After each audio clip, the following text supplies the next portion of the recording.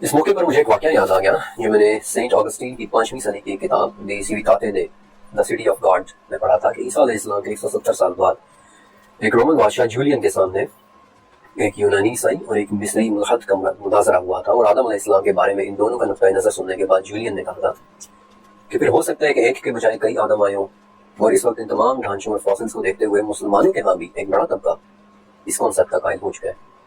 اور میں امید کرتا ہوں کہ اب آپ کو اس موضوع کی سنجیدگی اور اس کی حساسیت کا اندازہ ہو چکا ہوگا کہ اس پر انٹلیکچوئل انداز میں بات کرنا، دلائل کے ساتھ بات کرنا کس قدر ضروری ہے، اور انٹلیکچوئل انداز میں بات کرنے کے لیے ہمیں بہت ہی توجہ سے قرآن، حدیث اور بذات خود ان ڈھانچوں کو اسٹڈی کرنا ہوگا۔ اب یہ ڈھانچے کتنے عجیب و غریب سے ہیں، چلے میں ان میں سے کچھ کے متعلق آپ کو بتاتا ہوں۔ 1974 میں ایتھوپیا سے ایک ڈھانچہ ملا جو بائی پیڈل یعنی کہ دو ٹانگوں پر چلنے والی کسی مخلوق کا تھا۔ یہ کسی عورت یا عورت جیسی کسی مخلوق کا ڈھانچہ تھا، it was a female skeleton, اور مقامی زبان میں لوگوں نے پیار سے اس ڈھانچے کا نام ڈنٹنیش رکھا، جس کا مطلب ہے کہ تم بہت پیاری ہو۔ دنیا آج اس ڈھانچے کو لوسی کے نام سے جانتی ہے۔ پچھلے 50 سال میں لوسی کو کئی ممالک میں لے جایا گیا، اس میں کئی طرح سے ریسرچ کنڈکٹ کی گئی، بلکہ اگر آپ نے 2013 میں ہالی ووڈ کی فلم لوسی دیکھی ہے تو اس فلم میں اسی لوسی کا ریفرنس تھا۔ بہرحال مختلف طریقوں سے اس کی ایج ڈسکور کی گئی، اس کی عمر معلوم کی گئی، تو پتہ چلا کہ لوسی آج سے 32 لاکھ سال پہلے زمین میں جیا کرتی تھی۔ اور یونیورسٹی آف ٹیکساس نے اپنی ریسرچ میں بتایا کہ لوسی ایک درخت سے گر کر مری تھی اور بعد میں اسے کسی جانور نے کھا لیا تھا، اور اس جانور کا انفیکٹ ایک دانت آج بھی لوسی کی کمر کی ہڈی میں پھنسا ہوا ہے۔ اسی طرح دو اور ڈھانچے، جن میں سے ایک ایتھوپیا سے ملا جو آج سے 20 لاکھ سال پہلے زمین پر چلا کرتا تھا، اور دوسرا کینیا سے ملا ایک ڈھانچہ ترکانوبوئے جو بالکل ایک نومبر سے لڑکے کا ڈھانچہ تھا۔ لیکن میں آپ کو دو بہت ہی عجیب و غریب درختوں کے بارے میں بھی بتانا چاہتا ہوں۔ پہلی تو آج کے اسرائیل میں ملی تھی، یہ ایک نہیں دو نہیں بلکہ 9 ڈھانچوں کی پوری ایک فیملی تھی جسے قذفے کہتے ہیں۔ اور سب سے عجیب بات کہ ان میں سے جو ڈھانچہ سب سے چھوٹا تھا وہ ایک بچے کا تھا جس کے ہاتھ میں 12 سنگے کے سینگ تھے۔ اور دوسری عجیب دریافت انڈونیشیا کی ایک بہت بڑی غار لیانگوا میں ہوئی تھی، اور وہاں پر بھی ایک نہیں دو نہیں بلکہ قذفے کی طرح 9 ڈھانچوں کی پوری ایک فیملی تھی۔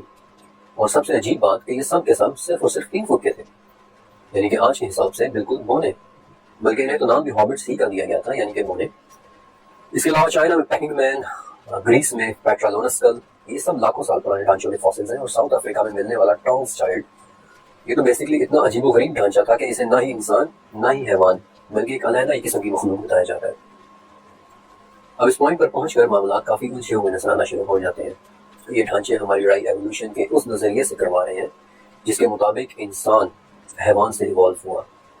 اور اس لڑائی کو، اس آرگیومنٹ کو مزید دلچسپ بنانے کے لیے اس چیپٹر کے اندر میں سب سے مشکل چیلنج ڈال رہا ہوں، یعنی کہ 1856 کے جرمنی میں ہوئی وہ دریافت۔ اور وہ ڈھانچہ تھا انسان سے پہلے گزری ایک نسل نیانڈرتھل کا، جو آج سے 4.5 لاکھ سال پہلے اس دنیا میں ظاہر ہوئے اور آج سے 40,000 سال پہلے تک رہے۔ یہ اب تک کی سب سے مشہور نسل ہے، اور جب کسی فلم میں پتھر کے زمانے کے لوگ دکھانے ہوں تو انہی نیانڈرتھلز کی شکل بنا کر دکھا دی جاتی ہے۔ ایک وحشی سی جنگلی سی مخلوق جو منہ سے عجیب و غریب آوازیں نکالتی اور غاروں میں رہتی تھی۔ نیانڈرتھل سب سے مشکل چیلنج اس لیے ہے کیونکہ لوسی اور ٹانگز چائلڈ کے بارے میں تو آسانی سے یہ بات کہی جا سکتی ہے کہ وہ بہت پرانے ڈھانچے تھے۔ 32 لاکھ سال پرانی لوسی تو پرائمیٹس یعنی کہ چمپینزیز اور گوریلا وغیرہ کے زیادہ قریب تھی، لیکن نیانڈرتھلز کا معاملہ تھوڑا سا مختلف ہے۔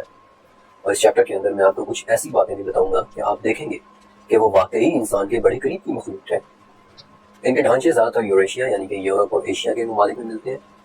Most of them are in France, Spain, Slovakia and Germany.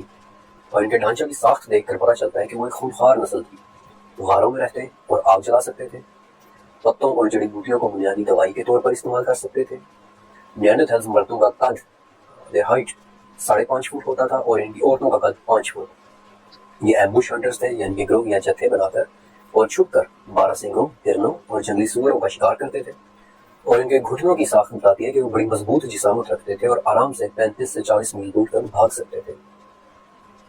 نیانڈرتھلز کے متعلق یہ سب باتیں سن کر اب آپ کو کیا لگ رہا ہے؟ ان خصوصیات کی وجہ سے دماغ بڑی آسانی سے ٹرک ہو سکتا ہے، بڑی آسانی سے سوچ سکتا ہے کہ یہ تو بڑی انسانی سی خصوصیات ہیں، یہ تو بڑا ہیومن کائنڈ آف بیہیویئر ہے، دوائی کھانا، آگ جلانا۔ اور یہی وہ موقع ہے جہاں بہت سے لوگ نیانڈرتھلز کو انسان کے پریڈیسیسرز مان لیتے ہیں اور ایوولوشن ایک سچ لگنے لگ جاتا ہے۔ اور اسی نازک موقع پر اس چیپٹر کا دوسرا حصہ شروع ہونے والا ہے جس کے اندر میں آپ کو بتاؤں گا کہ ان تمام سوالوں اور شبہات کا جواب کیسے لینا ہے۔ انفیکٹ اس چیپٹر کے اندر میں آپ کو ایسے دلائل مہیا کرنے والا ہوں کہ ایوولوشن کے متعلق خود آپ کا اپنا کانسیپٹ بھی انشاءاللہ کلیئر ہو جائے گا۔ سب سے پہلی اور بڑی بات جو شبہات کو جنم دیتی ہے کہ نیانڈرتھلز آگ کا استعمال کرنا جانتے تھے، وہ آگ کو کنٹرول کرنا جانتے تھے۔ یہ بات ہمیں اس طرح سے پتہ چلتی ہے کہ نیانڈرتھلز کی غاروں میں چھتوں اور دیواروں پر مینگنیز ڈائی آکسائڈ ملتی ہے، جو بیسیکلی آگ کے جلنے کے بعد پیدا ہوتی ہے۔ لیکن کیا آگ جلانا ان کے انسان ہونے کا ثبوت ہے؟ اس زمین کے اوپر آگ کا استعمال پچھلے 8 لاکھ سال سے ہو رہا ہے، لیکن آگ صرف انسان ہی کنٹرول کرنا نہیں جانتا۔ انسان کے علاوہ بھی کچھ مخلوقات ہیں جو آگ کا استعمال کرتی ہیں۔ آپ نے کبھی آسٹریلیا کے دا بلیک کائٹ نامی ایک عقاب کے متعلق سنا ہے؟ ایک لمبے عرصے تک یہی سمجھا جاتا رہا کہ جب بھی جنگل میں آگ لگتی ہے، بلیک کائٹ آگ کی وجہ سے گھاس میں اڑتے ہوئے کیڑوں کو پکڑنے کے لیے ان کی طرف لپکتا ہے، لیکن اب آ کر یہ پتہ چلا ہے کہ یہ آگ اکثر لگاتا ہی بلیک کائٹ ہے۔ یہ سورج کی حدت میں پڑی سوکھی لکڑیوں کو ڈھونڈتا اور انہیں اٹھا کر ایک خشک جگہ جمع کر لیتا ہے۔ اب شدید گرمی سے ان لکڑیوں میں آگ لگ جاتی ہے اور پھر بلیک کائٹ انہیں اٹھا کر گھاس پر پھینکتا ہے، جس سے گھاس کے اندر چھپے کیڑے باہر نکل آتے ہیں اور یہ انہیں کھا جاتا ہے۔ آگ کا استعمال صرف انسان نہیں اور بھی مخلوقات جانتی ہیں، اور نیانڈرتھلز انہی مخلوقات میں سے ایک مخلوق ہے۔ دوسری بات کہ نیانڈرتھلز کی ایک ایسی عادت تھی جس سے اکثر لوگ اس شک میں مبتلا ہو جاتے ہیں کہ شاید وہ انسانی پریڈیسیسرز تھے، اور وہ بات یہ ہے کہ وہ لوگ جڑی بوٹیوں اور پتوں کو ایک بنیادی سی دوائی کے طور پر استعمال کر سکتے تھے۔ لیکن کیا ہربل دوائیوں کا استعمال ان کے انسان ہونے کی دلیل ہے؟ دوائی دنیا کا ہر جاندار استعمال کرتا ہے۔ برازیل کے مکا پیرٹس ایک خاص قسم کی مٹی کھاتے ہیں جس سے ان کے پیٹ کے اندر موجود کیڑے اور بیکٹیریاز مر جاتے ہیں۔ اسی طرح میڈغاسکر کے پریگننٹ لیمرز وہ اپنی پریگننسی کے دوران انجیر کے پتے کھاتے ہیں جس سے فیمیل لیمرز میں دودھ کی پیدائش بڑھ جاتی ہے۔ پھر کینیا کی پریگننٹ ہتھیلیاں بھی اپنی پریگننسی کے دوران کچھ ایسے پتے کھاتی ہیں جنہیں وہ اپنی نارمل یا یوزول ڈائٹ میں نہیں کھاتی۔ بلکہ شاید آپ یہ سن کر حیران ہوں گے کہ برازیل کے اسپائڈر منکیز اپنے میٹنگ سیزن کے دوران خاص قسم کے پھل کھانا شروع کر دیتے ہیں، اور یہ وہ خاصیت ہے جسے آج تک ہم صرف انسانوں کے ساتھ ہی خاص سمجھتے چلے آئے تھے۔ آپ کی دلچسپی کے لیے بتا دیتا ہوں کہ پورے اینیمل کنگڈم میں جانوروں کی جڑی بوٹیاں اور پتوں کو دوائی کے طور پر استعمال کرنے کی پوری ایک اسٹڈی ہے، جسے زو فارماکوگنوسی کہتے ہیں، جس کا لفظی مطلب یہ ہے کہ جانوروں کا ادویات کے متعلق علم۔ دوائیاں انسان کے علاوہ بھی مخلوقات استعمال کرتی ہیں، اور نیانڈرتھلز بھی انہی مخلوقات میں سے ایک تھے۔ تیسری اہم بات جو نیانڈرتھلز کو انسان کا ہی ایک پریکرسر ماننے کے حوالے سے دلیل ہے کہ وہ گروہوں کی صورت میں شکار کرتے تھے، جتھا بنا کر جھاڑیوں میں چھپ کر بیٹھ جاتے اور اپنے شکار کا انتظار کرتے۔ اور اس سوال کا جواب تو شاید سب سے آسان ہے۔ اس وقت 307 قسم کے جانور ایسے ہیں کہ جو چھپ کر اپنے شکار کا انتظار کرتے ہیں، مثلا بنگال ٹائیگرز اور نائل کراکوڈائل یعنی دریائے نیل کا مگرمچھ، ریچھ، اور 400 سے زیادہ ایسے جانور ہیں کہ جو جتھا یا گروہ بنا کر شکار کرتے ہیں، جنہیں پیک ہنٹرز کہا جاتا ہے۔ اور حیرت کی بات کہ ان جتھا بنا کر شکار کرنے والوں میں کلر ویلز مچھلیاں بھی شامل ہیں، ان میں ہیرسز ہاک نامی عقاب یعنی پرندے بھی شامل ہیں، ان میں گرے وولز بھیڑیے بھی شامل ہیں۔ پیک ہنٹنگ ایک ایسی ٹیکنیک ہے جسے شروع کے انسانوں کے علاوہ بھی کئی مخلوقات استعمال کرتی ہیں، اور نیانڈرتھلز بھی انہی مخلوقات میں سے ایک مخلوق تھے۔ اب اس پوائنٹ پر آ کر آپ کو اتنا تو واضح ہو جانا چاہیے کہ آگ جلانا، دوائی استعمال کرنا اور گروہ یا جتھا بنا کر آرگنائزڈ ہنٹنگ کرنا، شکار کھیلنا، یہ باتیں انسان ہونے کی دلیل نہیں ہے۔ انسانوں کے علاوہ بھی مخلوقات یہ خصوصیات رکھتی ہیں، لیکن یہاں سے آگے اب میں آپ کو کچھ ایسی باتیں بتاؤں گا جن سے آپ بہت ہی آسانی سے نیانڈرتھلز اور انسان میں فرق کر سکیں گے، اور سب سے اہم دلیل میں سب سے آخر میں آپ کے سامنے رکھوں گا۔ میں نے آپ کو بتایا تھا کہ نیانڈرتھلز یوریشیا کے علاقوں میں رہتے تھے، مثلا جرمنی، فرانس، سلوواکیہ، اسپین۔ یہ وہ ممالک ہیں جہاں سردیاں زیادہ ہوتی ہیں، دن چھوٹے اور راتیں لمبی ہوتی ہیں، اور جب نیانڈرتھلز وہاں رہ رہے تھے تو اس وقت دنیا میں ایک آئس ایج کا دور چل رہا تھا، یعنی کہ آدھی سے زیادہ دنیا برف میں ڈھکی ہوئی تھی، اور یہ دور یعنی لاسٹ گلیشیئر پیریڈ تو نیانڈرتھلز کے معدوم ہونے کے بعد کہیں جا کر ختم ہوا ہے۔ تو ایک سوال کھڑا ہوتا ہے کہ اگر نیانڈرتھلز انسان تھے یا انسان کا کوئی پریکرسر تھے تو وہ گرم علاقوں کی طرف کیوں نہیں مائگریٹ کر گئے؟ وہ تو 35-40 میل بھاگ سکتے تھے آرام سے۔ وہ ان ٹھنڈے اندھیرے ملکوں کی ٹھنڈی اندھیری غاروں میں رہنا کیوں پسند کرتے تھے؟ اس سوال سے دو بہت ہی اہم باتیں سیکھنے کو ملتی ہیں۔ پہلی بات، نیانڈرتھلز دن کی روشنی کو کم اور رات کے اندھیرے کو زیادہ پسند کرتے تھے، اور دوسری بات کہ ان کی ہڈیوں سے ملے جینز میں دو بڑے دلچسپ پروٹینز ملتے ہیں، ASB1 اور EXOC6۔ یہ دونوں جینز اس بات کا واضح ثبوت ہے کہ وہ دن کو سوتے اور رات کو جاگتے تھے، جبکہ اس کے برعکس انسان، آپ کے لیے یہ بات شاید نہیں ہو لیکن انسان کے جسم میں ایک بایو کیمیکل پروسیس ہوتا ہے جسے سرکیڈین سائیکل کہتے ہیں، اور بڑی حیرت کی بات ہے کہ یہ سرکیڈین سائیکل ایکچولی سورج یعنی سولر ٹائم کے ساتھ، سورج کی گردش کے ساتھ سنکڈ ہوتا ہے۔ یعنی آسان ترین الفاظ میں اس بات کا یہ مطلب ہے کہ رات کے وقت انسان کی نیند فطری ہے، خواہ وہ چاہے یا نہ چاہے۔ سورج ڈھل جانے کے بعد رات کے وقت انسان کو نیند آئے گی، اور دن کے وقت قدرتی طور پر جاگ جانا اسی سرکیڈین سائیکل کی وجہ سے ہی ہوتا ہے۔ اور بڑی خوبصورتی کے ساتھ انسان کے اس فطری تقاضے کا ذکر سورہ روم کی 23ویں آیت میں ہے، 23rd آیت میں، کہ اس کی قدرت کی نشانیاں ہماری راتوں اور دن کی نیند میں ہے۔ دوسری بات کہ نیانڈرتھلز میں سے 80% لوگ 40 سال کی عمر تک پہنچنے سے پہلے ہی مر جاتے تھے، اور اس کی ایک بہت بڑی وجہ اس دور کے جانور بھی تھے جن کی غاروں میں رہنے کے لیے نیانڈرتھلز کو ان سے لڑنا پڑتا تھا۔ 2016 میں نیانڈرتھلز کے 124 ڈھانچوں پر بڑی گہرائی سے اسٹڈی کی گئی تھی، جس سے یہ پتا چلا کہ ان 124 میں سے 92 نیانڈرتھلز کو جانوروں نے ہی مار ڈالا تھا، اور ان جانوروں میں سب سے زیادہ حملے کیو بیئر یعنی غاروں میں رہنے والے ریچھ، پھر دوسرے نمبر پر بڑے بڑے دانتوں والے سملڈون شیر، اور تیسرے نمبر پر بھیڑیوں کے حملے سے مرنے والی نیانڈرتھلز سے، اور باقی 32 نیانڈرتھلز خوراک کی تلاش میں مار گئے یا انہوں نے ایک دوسرے کو ہی مار دیا، جس کے متعلق میں آپ کو تھوڑا بعد میں چل کر بتاؤں گا۔ نیانڈرتھلز کو زمین میں رہنے کے لیے جگہ اتنی آسانی سے نہیں ملی تھی۔ ان خوفناک اور دیو ہیکل جانوروں کے ساتھ ہر وقت جاری رہنے والی ایک لڑائی جو نیانڈرتھلز کی طرح ہی معلوم ہو گئے، اور پھر اس زمین میں انسان کے لیے جگہ بنی، اور اسی احسان کا ذکر آپ کو سورہ اعراف میں نظر آئے گا کہ ہم ہی نے تمہیں زمین میں رہنے کی جگہ دی، ہم ہی نے اس میں تمہارا رزق بھی رکھا۔ تیسری بات کہ نیانڈرتھلز کی فزیولوجی انسان سے بڑی مختلف ہے۔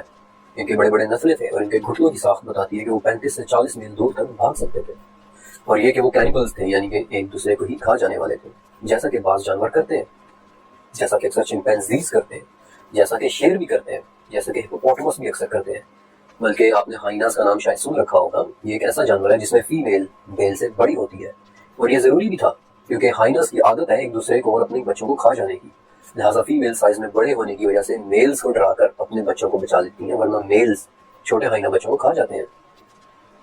کروشیا، اسپین اور بیلجیم کی غاروں میں سے ملنے والے ایک نیانڈرتھل کی ٹانگ کی ہڈی توڑ کر اس میں سے گدا نکال کر کھایا گیا تھا، بون میرو۔ پھر فرانس میں ملے ایک نیانڈرتھل کے ڈھانچے کی پسلیوں پر کسی دوسرے نیانڈرتھل کے دانتوں کے نشان تھے، یعنی کہ صاف ظاہر ہے کہ ایک نیانڈرتھل نے دوسرے نیانڈرتھل کو کھا لیا تھا۔ اور اسپین میں تو 12 ڈھانچے ایسے ملے ہیں جن کے سر توڑ کر ان میں سے دماغوں کو نکال کر کھایا گیا تھا، اور ان میں سے 3 ڈھانچے انفیکٹ بچوں کے تھے۔ ڈرہم یونیورسٹی کے پروفیسر پال پیلٹیک نے ایتھوپیا سے ملنے والے فاسلز A1333 کو اسٹڈی کیا تھا، اور وہ کہتے ہیں کہ جرمنی سے لے کر چائنا تک پھیلے ہوئے فاسلز کی کھوپڑیاں ٹوٹی ہوئی ہیں، ان کے گدوں کو نکال کر کھایا گیا ہے۔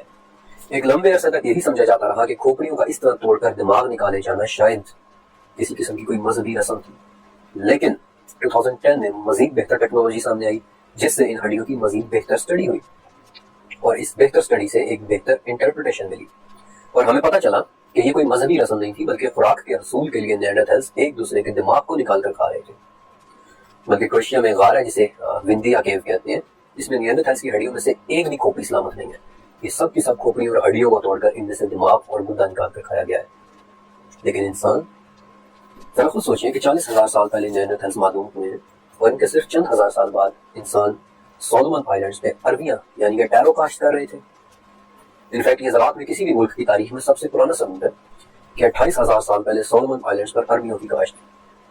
نیانڈرتھلز اور انسان کی خوراک کے حوالے سے دوسرا فرق کہ کہاں 40,000 سال پہلے نیانڈرتھلز ایک دوسرے کی ہڈیوں کا گدا نکال کر کھا رہے تھے، اور کہاں صرف چند ہزار سال کے بعد تبریا کی جھیل سے سی آف گیلیلی سے ایسے اوزار ملتے ہیں کہ جو فصل کاٹنے کے لیے استعمال ہوتے تھے، اور نہ صرف یہ بلکہ اوزاروں پر نشان بھی اس طرح کے پڑے ہوئے ہیں کہ جیسے انہوں نے کسی سبز فصل کو کاٹا ہو۔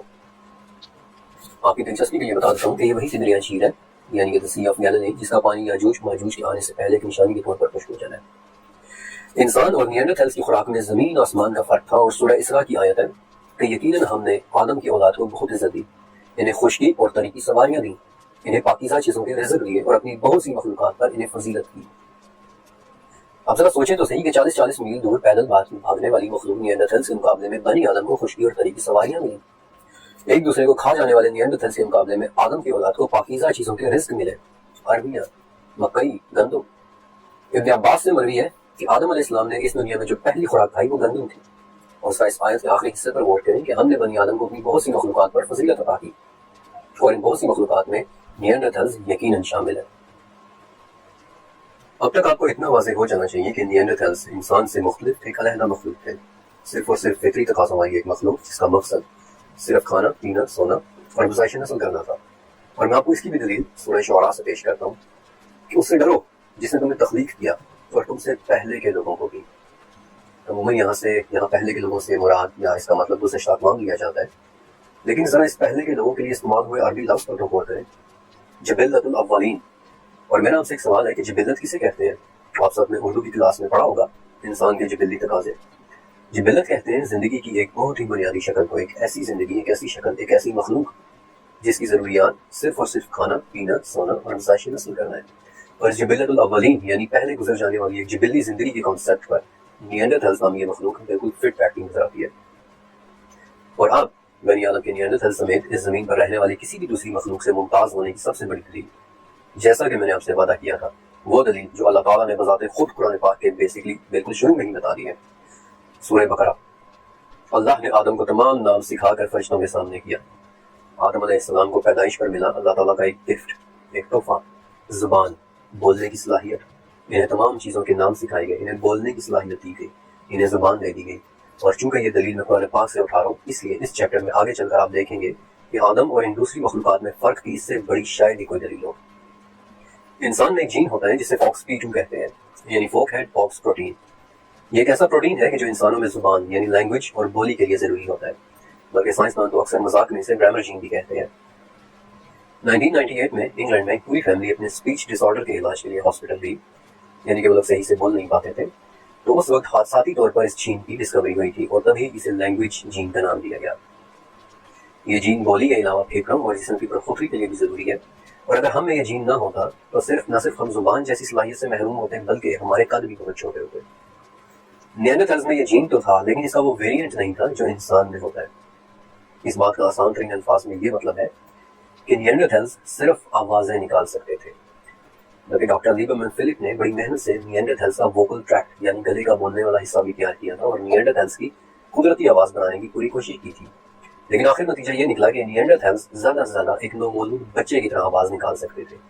وہ ناک سے بالکل بھی نہیں بول سکتے تھے، جیسا کہ انسان نون کی آواز نکال دیتا ہے، لیکن انسان کو ملا یہ تحفہ. آپ کو پتہ ہے کہ صرف ایک جملہ بولنے کے لیے ہمارے منہ کے اندر 18 میکانزمز کام کر رہے ہیں. ایک ایسی صلاحیت ہے جو نیانڈرتھل سمیت کسی بھی دوسری مخلوق کے اندر نہیں ہے. لیکن ابھی تو اس چیپٹر کا سب سے دلچسپ حصہ شروع ہوا ہے، کیونکہ یہ حصہ بات کرے گا اللہ کے آدم علیہ السلام کو دیے گئے تحفوں میں سے ایک تحفے کی، تمام چیزوں کے نام سکھا دیے جانے کی، لینگویج کی.